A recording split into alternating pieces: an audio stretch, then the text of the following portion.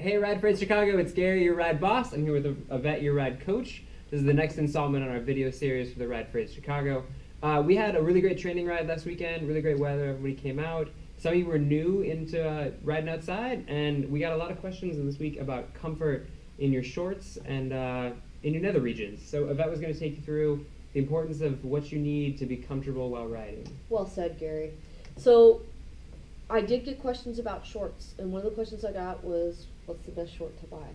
And that's a pretty tough question to answer because there are hundreds of manufacturers out there, and they make a broad variety of shorts at different price points.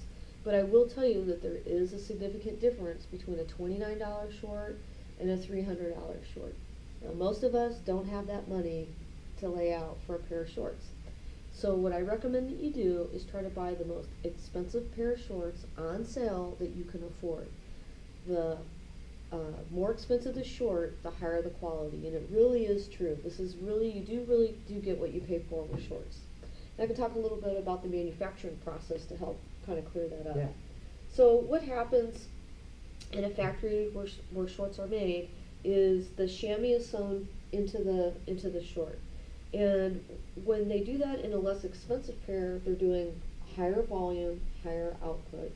And they put them right on the table and the machine sews it in. So you've got a round piece of material being sewed onto a flat surface that's going onto a bottom, an undercarriage that's curved.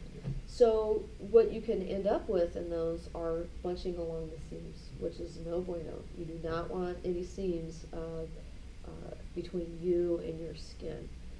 On a more expensive pair of shorts, once you start getting into the $80, $100 price range, they not only change the material of the chamois, but they also start changing the way the short is manufactured. And what happens is that they have a saddle that the chamois is actually laid out onto, and the shorts are sewn over the saddle. And what that means is you've got a concave surface with a round pad being sewn into the short, and you have less seam bunching, and you can really feel the difference. Now, in order for this chamois pad to work really well, it's important that you go commando. So there should be nothing in between you and your chamois. No underwear, underpants, chonies, whatever you call them, you're going to go commando on this. Any material between you and the chamois is going to cause bunching, chafing, saddle sores, seams, and it gets pretty uncomfortable. So you don't want any of that, so you want to go commando. So the next thing that you can do to help with your short comfort and comfort in the undercarriage area is to apply a lubricating cream. So these are typically referred to as chamois butters, but some of them have some pretty exciting names. This one is a women's specific product. It's called Hoo Ha Ride Glide. It's pH balanced for women. It helps if any of this happens to leak over to a mucous membrane. It doesn't cause irritation and some problems. This is another women's specific product. It's her chamois butter. It looks very similar to its partner, which is just chamois butter, which is made for everyone. And I really like this product a lot. I buy it because it comes in these great single serving applications, and I could put it into my jersey pocket or somewhere on my bike, and if I'm chafing a little bit or starting to experience some discomfort, I can throw some of this on at a pit stop and prevent something pretty catastrophic from happening later. And then I can get right back on the saddle the next day for all you 200-mile riders, okay, and continue on with training. Now, this is a prescription grade product. It's called Hydrofor ointment. And I actually had a pretty significant saddle sore before a race, and I wasn't sure if I was going to be able to do the race.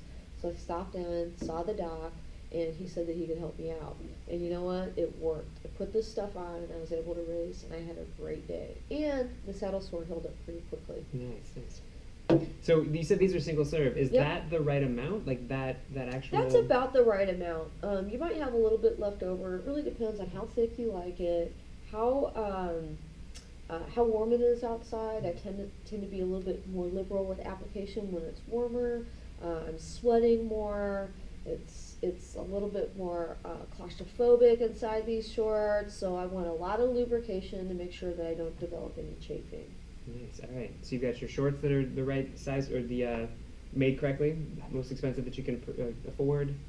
The no underwear in between. No underwear. And you've got your glide on. Mm-hmm. So you're looking for a BSZ, a bunch-free, seam-free zone. That's it. You got it. BSZ. All right. So we're bunch free. We're seam free. Ride is done. Now we got to get these things off, okay, and wash this stuff off.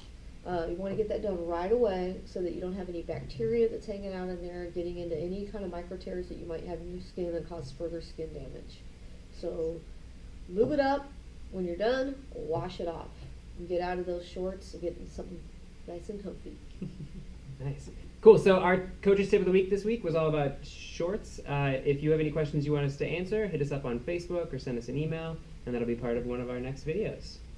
All right. See you on the ride. See you on the ride.